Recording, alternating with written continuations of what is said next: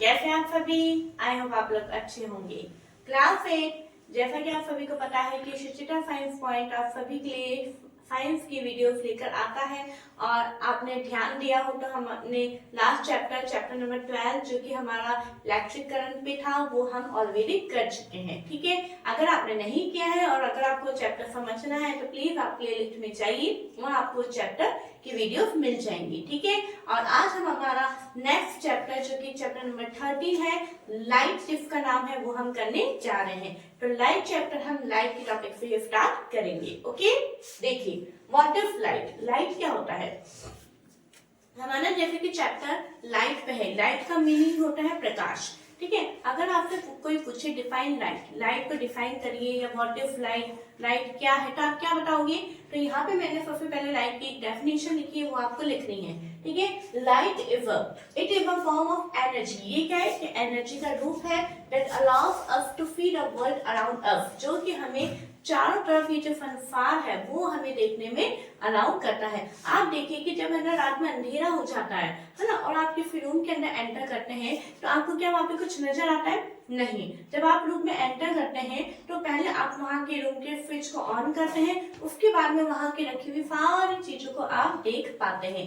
तो ऐसा क्यों? लाइट की मदद से। तो लाइट जो है वो ही एक ऐसी एनर्जी है जिसके कारण हम सारी चीजों को देख पाते हैं। जैसे डे टाइम में हम जो है सनलाइट जो कि हमारा एनर्जी का सबसे बड़ा सोर्स है, उसके द्वारा हम चीजों को देख पाते हैं, और रात में जो हमारे मेन जो सोर्सेज है लाइट के, उनके द्वारा हम चीजों को देख पाते हैं। ठीक है, we see objects when light it travels in straight line. ये दो पॉइंट जो है मैंने लाइट की प्रॉपर्टी के बारे में लिखा है, लाइट का नेचर लिखा है कि लाइट जो है हमेशा कैसे ट्रेवल करता है? स्ट्रेट लाइन में। जैसा आपने देखा है कि कभी जो सन होता है, अगर ये सन है, देखिए जैसे कि ये हमारा सन है, तो सन से लाइट कैसे जाती है? इसकी रेस हमेशा एक तरह से सीधी निकलती है। ठीक है, स्ट्रेट लाइन में निकलती है। तो ऐसा क्यों? क्योंकि लाइट का नेचर है कि ये हमेशा स्ट्रेट लाइन में ट्रेवल करती है। ठीक है, next point is we see objects when light from an object enter our eyes. हमें कैसे नजर आता है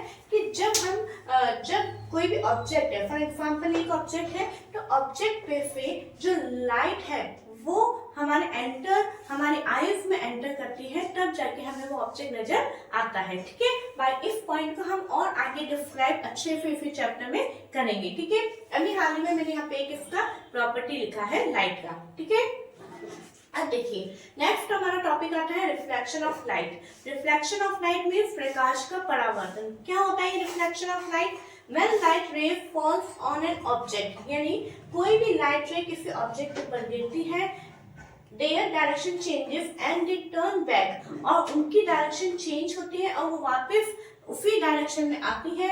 this is called the reflection of light. इसको हम क्या बोलते हैं? Reflection of light. जैसा आप इसको इस तरह से समझ सकते हैं, जैसे मेरे सामने एक बॉल है और बॉल पे जब मैं बॉल फेंकती हूँ तो बॉल का फेंकना मेरा क्या हो गया? एक लाइट रे उसके ऊपर बॉल पे हिट कर रही है। बॉल को जैसे उस दीवार पे हिट करती है तो क्या होती है? उस बॉल की डायरेक्शन चेंज होती है और वापस वो मेरी तरफ ही आती है। तो यही जो नियम है, ये इसको हम क्या बोलते हैं? रिफ्लेक्शन ऑफ लाइट बोलते हैं। ठीक है बच्चों, इसी चीज को हम थोड़ा सा और समझेंगे।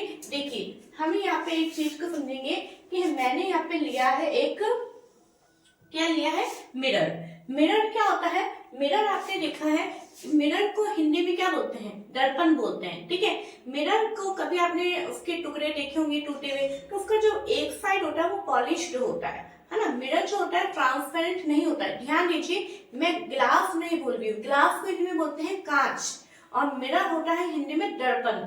कांच जो होता है वो ट्रांसपेरेंट होता है, जिसके आर पार हम देख सकते हैं, परंतु जो मिरर होता है वो ट्रांसपेरेंट नहीं होता है। उसकी एक साइड जो होती है वो पॉलिश्ड होती है, पेंट करी हुई होती है। तो यहाँ पे जो रिफ्लेक्शन ऑफ लाइट वाला जो नियम है वो किन के ऊपर होगा? वो हमारा होगा ओपेक ऑब्जेक्ट या स्मूथ सरफेस जिसकी वन साइड पॉलिश्ड होती है।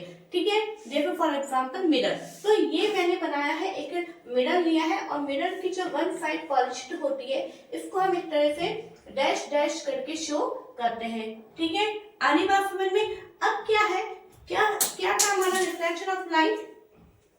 कि कोई भी जब लाइट रे किसके ऊपर गिरती है, मतलब ये मिरर जो है मेरा, क्या हो गया, एक ऑब्जेक्ट हो गया, ऑब्जेक्ट है। अब इसके ऊपर देखिए यहाँ से इसके ऊपर एक ये लाइट रे इसके ऊपर आई, ठीक है। जो लाइट रे इस मिरर को हिट करती है, इस वाली डायरेक्शन में आ रही है तो मैं एरो इधर बनाऊंगी, क्योंकि देखो एरो भी अगर आपसे गलत बन गए, क्योंकि ये टॉपिक बहुत इंपॉर्टेंट है और ये डायग्राम आपको बनाना आना चाहिए, इसलिए मैं आपको एक एक चीज बना के बता रही हूँ। अगर आपसे एरो गलत बन गए तो आपका पूरा डायग्राम गलत हो जाएगा। तो जो लाइट रे इस तरह से आती है और मिरर से को हिट करती है, उसको हम क्या बोलते हैं, incident ray. What is incident ray? The light रे which strike any surface is called the incident ray. It means वो लाइट रे जो कि इस मिरर को हिट करती है उसको हम क्या बोलते हैं, इंसिडेंट रे। अंडरस्टैंड? ठीक है। अब क्या हो रहा है, ये लाइट रे आई, हिट किया, हिट करके और क्या होगा, वापस ये उसी डायरेक्शन में निकल जाएगी, ठीक है। डायरेक्शन तो उसकी चेंज हुई, डायरेक्शन चेंज हुई है, कैसे हुई, क्योंकि अगर ये आती और इसी डायरेक्शन निकलती नहीं, ये चेंज होके इसने अपना एंगल चेंज करा और डायरेक्शन इस वाली ये वाली हो गई। तो जो लाइट रे आती है, टकराती है, वापस उसी डायरेक्शन में लौट जाती है, उसको हम क्या बोलते हैं, रिफ्लेक्टेड रे। क्या बोलते हैं, रिफ्लेक्टेड रे। देखिए ये छोटी छोटी डेफिनेशंस पे आपको याद करनी है। रिफ्लेक्टेड रे क्या होता है, द रे that comes back from the surface after reflection, यानी जो रे आएगी, हिट होगी और रिफ्लेक्शन के बाद में जो रिफ्लेक्ट होके वापस चली जाएगी, उसको हम क्या बोलेंगे, रिफ्लेक्टेड रे, ठीक है। अब क्या होता है, इंसिडेंट रे और रिफ्लेक्टेड रे के बीच में जहां पे यहाँ पे आपको एक एंगल बनता हुआ नजर आ रहा है, ठीक है, और ये हमें क्या नजर आ रहा है, एक प्लेन नजर आ रहा है। अब यहाँ पे हम बिल्कुल 90 डिग्री का एक एंगल लेते हुए यहाँ पे लाइन ड्रॉ करेंगे, जिसको हम क्या बोलेंगे, नॉर्मल। क्या बोलेंगे, नॉर्मल। आ रही बात समझ में, ठीक है। नॉर्मल क्या होता है, a line drawn perpendicular to the surface of the mirror, यानी मिरर के ऊपर जो परपेंडिकुलर आप जानते हैं इस तरह से, जैसे ये है और इस तरह से मैंने ये बनाया, बिल्कुल सेंटर में 90 डिग्री का एंगल बनाते हैं, उस लाइन को हम क्या बोलते थे, परपेंडिकुलर। तो perpendicular to the surface of the mirror at the point where the incident ray hits it, ठीक है। तो जो लाइन इस मिरर के सरफेस के ऊपर जहाँ पे इंसिडेंट रे हिट हो रही है, वहां पे जब हम परपेंडिकुलर लाइन ड्रॉ करेंगे तो उस लाइन को हम क्या बोलेंगे, नॉर्मल लाइन बोलेंगे, ठीक है। अब देखिए क्या होता है, अब यहाँ पे आपको दिख रहा है एक एंगल बन रहा है। एंगल कहाँ बनता है, जब कोई भी दो रे किसी पॉइंट पे आके मिलती है, मतलब ये वाली रे और इस वाली रे अगर इस पॉइंट पे आके मिल रही है तो यहाँ पे क्या बन रहा है, एक एंगल बन रहा है। इसी तरह से इंसिडेंट रे और ये रिफ्लेक्टेड रे इस पॉइंट पे आके मिल रही है, तो मतलब क्या हो रहा है, यहाँ पे एक एंगल फॉर्मेशन हो रहा है, ठीक है, यहाँ पे एक एंगल बन रहा है। अब मान लो अब ये जो एंगल है, मान लो फॉर एग्जाम्पल कितना बना था, 60 डिग्री, ठीक है। मान लो ये एंगल कितना बना है, 60 डिग्री, किसके बीच में, एंगल ऑफ इंसिडेंट, ये इंसिडेंट रे और रिफ्लेक्टेड रे के बीच का एंगल कितना है, 60 डिग्री, ठीक है। आगे बात समझ में। अब आपको यहाँ पे नजर आ रहा है कि ये इंसिडेंट रे और इस नॉर्मल रे, इनके बीच में भी एक एंगल बनता हुआ नजर आ रहा है, ठीक है। आप देखिए इंसिडेंट रे और ये नॉर्मल, इनके बीच में भी अगर मैं इतना पोर्शन ही देखूं, देखिए अगर आप केवल इतना पोर्शन ही देखो तो आपको इन दो रे के बीच में भी एक एंगल बनता हुआ नजर आ रहा है। तो वो एंगल कितना होगा बताइए, जब ये पूरा एंगल 60 डिग्री था और मैंने इन दोनों को बीच में डिवाइड कर दिया है इक्वल में, तो ये एंगल कितना हो गया हमारा, 30 डिग्री। कितना हो गया, 30 डिग्री। तो इस एंगल को हम क्या बोलेंगे, देखिए वो एंगल जो इंसिडेंट रे और नॉर्मल के बीच में बना है, उस एंगल को हम क्या बोलेंगे, एंगल ऑफ इंसिडेंस। देखिए क्या लिखा है, the angle between the normal and incident ray is called the angle of incidence. आनी बात समझ में। और उस एंगल ऑफ इंसिडेंस को हम किससे डिनोट करेंगे, एंगल आई, एंगल आई। आनी बात समझ में, स्मॉल आई लेंगे, एंगल आई। क्लियर हो गई बात। अब यहाँ पे देखिए जब इंसिडेंट रे और नॉर्मल के बीच में एंगल बन रहा है, तो रिफ्लेक्टेड रे बोले कि मेरे बीच में भी बन रहा है, तो रिफ्लेक्टेड रे, ये रिफ्लेक्टेड रे और इस नॉर्मल के बीच में भी एक एंगल बन रहा है, तो वो कितना बनेगा बताओ, ये भी बनेगा 30 डिग्री। आगे बात समझ में, कितना बनेगा, 30 डिग्री। तो इस 30 डिग्री एंगल को जो हम क्या बोलेंगे, एंगल ऑफ रिफ्लेक्शन, क्या बोलेंगे, एंगल ऑफ रिफ्लेक्शन, जिसको हम स्मॉल आर से डिनोट करते हैं। क्या है इसकी डेफिनेशन पढ़ लेते हैं। The angle between the normal and the reflected ray is known as the angle of reflection. आगे बात समझ में। अब देखिए, अब आपको यहाँ पे नजर आ रहा है कि angle I is equal to angle R। सीधी सी बात है, यही हमारा क्या है, लॉ ऑफ रिफ्लेक्शन। आगे बात समझ में। ये तो था हमारा रिफ्लेक्शन ऑफ लाइट, कि रिफ्लेक्शन ऑफ लाइट क्या होता है। फिर इसके बाद देखिए रिफ्लेक्शन ऑफ लाइट कैसे हम शो करते हैं, इसके अपन ने छोटी छोटी जितनी भी सारी टर्म्स थी वो मैंने आपको समझा दी है। ये पूरा डायग्राम आई होप आपको समझ में आ गया होगा। ठीक है, इंसिडेंट रे मिरर से स्ट्राइक करती है, रिफ्लेक्ट होकर वापस उसी डायरेक्शन में चली जाती है, उसको हम रिफ्लेक्टेड रे बोलते हैं। इनके बीच में हम एक परपेंडिकुलर लाइन ड्रॉ करते हैं जिसे हम नॉर्मल बोलते हैं, और नॉर्मल और इंसिडेंट रे के बीच में एक एंगल फॉर्मेशन होता है जिसे हम एंगल ऑफ इंसिडेंस बोलते हैं, और नॉर्मल एंड रिफ्लेक्टेड रे के बीच में एक एंगल फॉर्मेशन होता है जिसे हम एंगल ऑफ रिफ्लेक्शन बोलते हैं। आई होप आपको ये समझ में आ गया होगा। तो यहाँ पे आपसे पूछा जाए कि लॉ ऑफ रिफ्लेक्शन बताइए, तो अपना पहला नियम क्या है कि एंगल आई, अब आप इसको पूरा भी लिख सकते हैं कि angle of incidence is equal to angle of reflection. ठीक है, सेकंड लॉ क्या है, द इंसिडेंट रे, देखिए आप ध्यान से सुनिए, द इंसिडेंट रे, the normal and at the point of incidence and the reflected ray all lie in the same plane। आप दिखाई दे रहा है कि ये मिरर है, इसके ऊपर एक प्लेन है और इसके नीचे एक प्लेन है। जैसे फॉर एग्जांपल अपन समझ सकते हैं कि ऊपर एक एयर का है और नीचे वाटर है, तो ये दो अलग अलग प्लेन हो गए कि ऊपर से रे आ रही है, उससे टकराई लेयर फिर वापस रिफ्लेक्ट हो गई या नीचे ही रह गई। तो यहाँ पे अपन देखते हैं कि जब रिफ्लेक्शन वाला जो नियम है उसमें क्या है कि incident ray, reflected ray and normal, ये तीनों एक ही प्लेन में, तीनों सेम प्लेन के अंदर ही पाए जाते हैं। आगे बात समझ में। तो ये था हमारा लॉ ऑफ रिफ्लेक्शन। ठीक है, लाइट का डेफिनेशन हमने देखा, और मैं चाहूंगी कि आप इसको प्लीज इसको नोट डाउन जरूर से करिए और मेरे सामने इसको भी आप बनाइए, ताकि और इसके बाद हम आगे के टॉपिक्स को कवर करते हैं। ठीक है, बनाइए।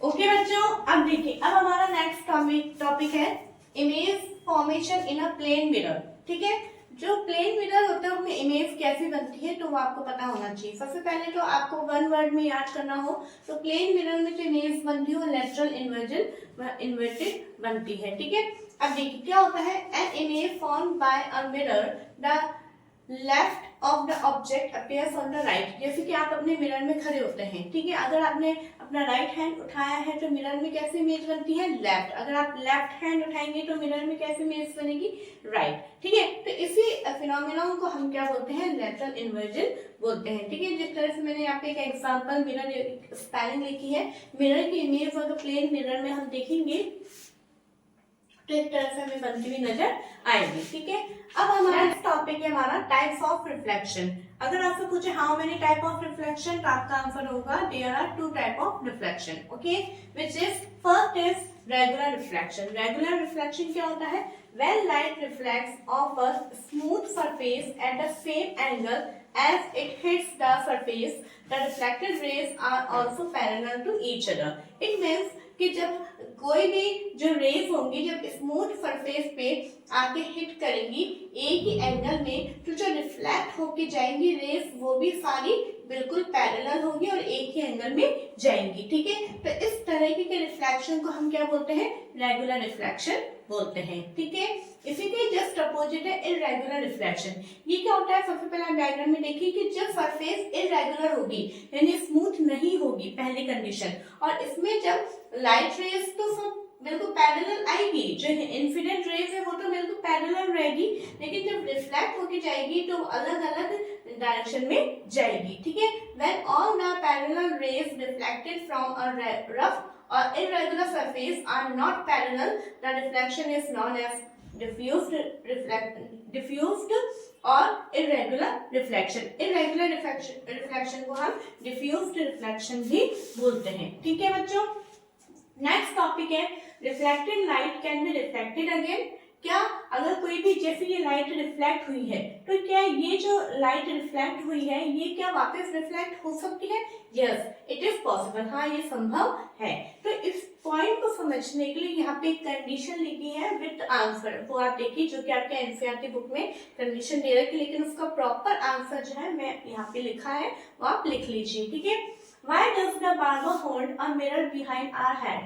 जब आप देखते हैं बार्बर शॉप पे आप जाते हैं तो पूरा जब आपका हेयर ट्रिम हो जाता है तो बार्बर जो है पीछे एक मिरर आपके सामने पीछे की तरफ रखता है आपके हेड के पीछे, और ताकि आप आगे के हेयर्स को तो आप आगे फ्रंट वाले मिरर में देख पा रहे हैं, लेकिन पीछे के हेयर्स तो हम नहीं देख पा रहे हैं। तो वो जो मिरर लगाते हैं पीछे उसके द्वारा हम पीछे के हेयर्स को भी अच्छे से देख पाते हैं। तो ऐसा कैसे पॉसिबल हो पाता है? तो वो इस कंडीशन में लिखा है, आप देखिए। The light coming from the back of our head gets reflected first from the mirror placed behind us and then again. देखिए क्या होता है कि जब लाइट रे, जैसे लाइट रे मान लो फॉर एग्जाम्पल सामने लाइट का एक सोर्स है, वहां से लाइट रे आई और पीछे जो मिरर लगा हुआ है उससे सबसे पहले टकराएगी, टकरा के रिफ्लेक्ट होगी, फिर आगे वाले जो मिरर है उससे टकराएगी, टकरा के फिर हमारी आईज में आएगी, उससे हमें क्या होगा, एक मल्टीपल रिफ्लेक्शन हुआ। मल्टीपल रिफ्लेक्शन होने के कारण जो है हमें पीछे की इमेज में नजर आएगी, ठीक है। From the mirror placed in front of us, therefore after multiple reflection, the viewer can see the back of his head in a barber's mirror, ठीक है। तो यहाँ पे अगर आपसे केवल वन वर्ड में आंसर पूछे तो आप इसका आंसर बोल लोगे it can be possible with multiple reflection. Multiple reflection के कारण ये चीज पॉसिबल है। और आपका अगर 2 मार्क्स का क्वेश्चन आता है तो आप ये, या 1.5 मार्क्स का क्वेश्चन आता है तो आप आराम से पूरा इसको डिस्क्राइब करके भी लिख सकते हैं, ठीक है बच्चों। तो आई होप आपको ये वीडियो अच्छी लगी होगी। रिफ्लेक्शन ऑफ लाइट टॉपिक समझ में आया होगा, लॉस ऑफ रिफ्लेक्शन समझ में आई होगी, छोटी छोटी टर्म्स जो हमने लिखी है समझी है वो भी समझ में आया होगा।